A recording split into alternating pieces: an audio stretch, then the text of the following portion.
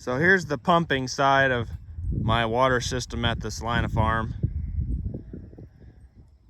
I built this little portable dock, I guess you'd call it. The legs go about 2 feet further down, and then there's no flat wheels on the end of them. So I can push it into the pond, and then I drive a T-post in up here, and that keeps it from rolling away. And then we have a wooden deck that can be set. You can see there's holes, and then that bar there, that would usually be underneath the wood, but I had put it as low as I could go, because this pond was a little different shape than the last one. So it's adjustable. You can pull those pins out and move that bar up and down, and then set the wood dock piece on top to adjust for your bank slope. That way you can try and keep your dock as flat as possible. And then we've got a 20-foot suction hose going out to that float, and it's got a little screen on the end. And then I got a stick to make sure it stays out in the pond.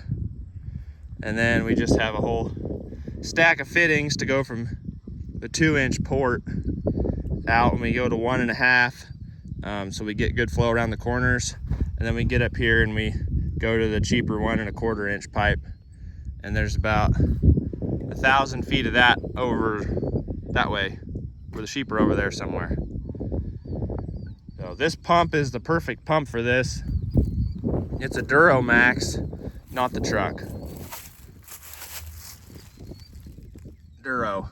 And 7 horsepower.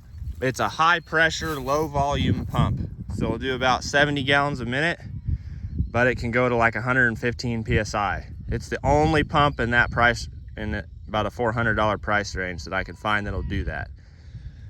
I just ordered this one through Tractor Supply. I think I got my other one through Lowe's maybe, because I have one at my farm.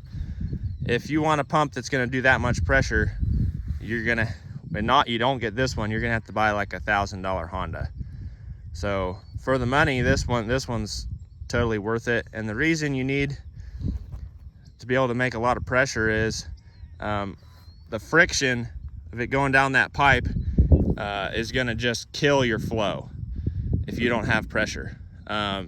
If you've looked into water pumps much, you know that most of these pumps are trash pumps, and they'll put out about 40 to 50 PSI.